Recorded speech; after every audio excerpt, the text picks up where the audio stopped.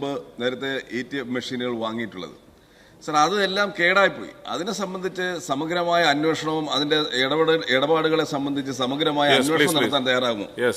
Productivity, ഈ മെക്കാനിക്കുകളുടെ work norms productivity council പറഞ്ഞിരിക്കുന്നത് 50% മുതൽ 300% വരെ എന്നുള്ളതാണ്. സർ, ഒരു ഗിയർ ബോക്സിന് അവർ ഒരു ജോബാണ് ഇട്ടിരിക്കുന്നത്. പക്ഷെ അവർ തന്നെ വന്ന് അത് പണിയത് നോക്കിയപ്പോൾ 2.5 ജോബ് വേണ്ടി വന്നു. അപ്പൊ ഈ ഒരു അനോമലി പരിഹരിക്കണം.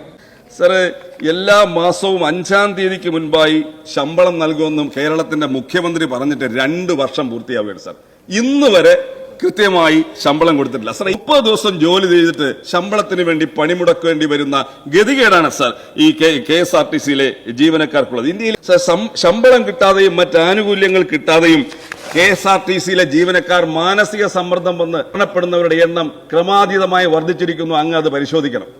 സാറ്, ഈ കഴിഞ്ഞ 2 വർഷങ്ങൾ 2022-23 മാത്രം 66 പേർ മരണപ്പെട്ടു. അതിൽ 13 പേർ ആത്മഹത്യ ചെയ്തതാണെന്ന് അങ്ങ് ഓർക്കണം.